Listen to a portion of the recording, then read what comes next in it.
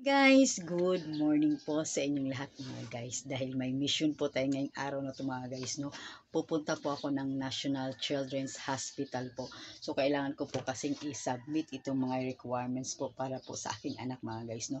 Dahil dun po, nagtitherapy yung anak ko po mga guys, no? So, kailangan ko po magdala po ng mga importanteng bagay na kailangan na hindi po natin dapat makalimutan. No? Syempre mga guys, no? Unang-una may tubig po ako, may payong, syempre po, may salamin. Syempre po, kung may pipirmahan po ako, di ba? Alam mo naman, nagkakaedad na. And then, syempre, mayroon po akong baon na biskwit. Kasi, syempre, hindi po natin alam no, kung matraffic ba tayo or makakabalik ba tayo agad. Para naman kahit paano, hindi po tayo magutom. At the same time, mga guys, no? Yan, may mga ID po ako, mga guys, no?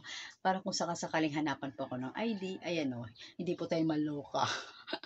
Oh no, wala pala akong dalang ID. Oh no, wala pala akong dalang ballpen. O, di ba? Importante po talaga mga guys, no, lalong-lalo na po pag mag-ano po tayo ng mga requirements, dapat po mayroon po tayong laging dalang ballpen kasi bawal manghiram, magagalit sila. Char lang. So ayun mga guys, no, kailangan po lagi po nating dala ito, no.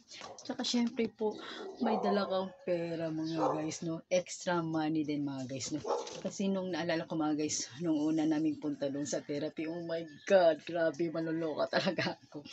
Kasi nga po mga guys, no, yung dala ko pong pera mga guys, no, Diyos ko, hindi ko naman po talaga ine-expect na talagang matutuloy kami sa therapy kasi nga po mga guys, no, bali, wala pa po kasi yung hinihintay namin isang requirement mga guys. So, pwede pala to follow na lang po mga guys, no. So, hindi ko talaga ine-expect na talagang matutuloy kami on that day. So, talagang maloka ako mga guys, no. Kasi late na kami sa aming, ano, schedule.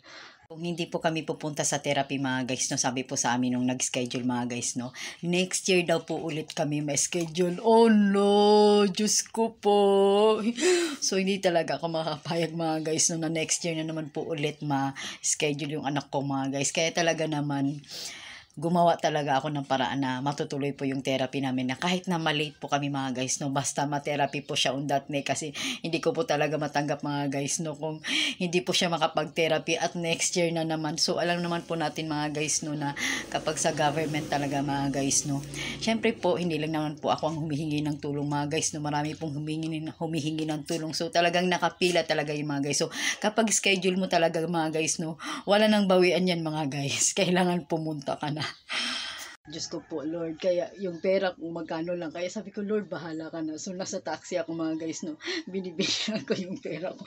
Naku, Diyos ko, Lord. Sabi ko sa taxi, Mama, pakibaba nyo na lang po kami. Pakibaba nyo lang po kami sa kanto kung saan po, malapit po. Basta dadaan po mismo doon sa National Children kahit pa paano mga guys, no, makarating man lang kami doon guys kasi yung pera ko, Diyos ko po Lord. Kaya lesson learned talaga mga guys, no.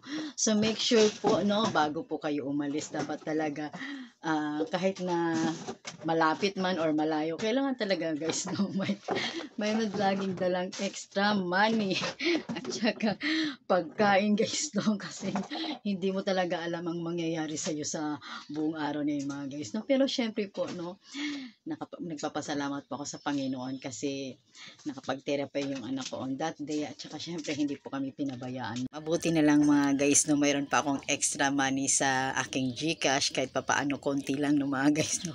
Yun po ang nakasave sa amin dalawa ng anak ko mga guys, no.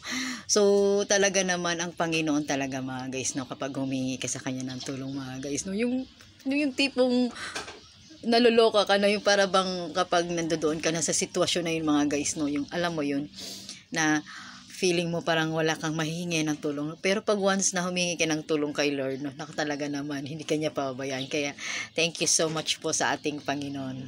Kaya wag ho tayong mawawalan ng pag-asa, lagi po tayong manalig sa kanya, the Lord. Kaya sa mga parents po dyan na mga may anak po na autism, ano, laban-laban lang tayo mga guys, no? Hindi tayo pababayan ng Panginoon. At saka syempre, meron po tayong gobyerno guys na pwede po tayong humingi ng tulong mga guys, no? At saka yung mga doktor po mga guys, no, talaga naman po binibigyan po talaga tayo ng encouragement para po sa ating anak na may autism mga guys. Kaya Go, go, go lang mga guys. Ito po yung mission natin mga guys, no.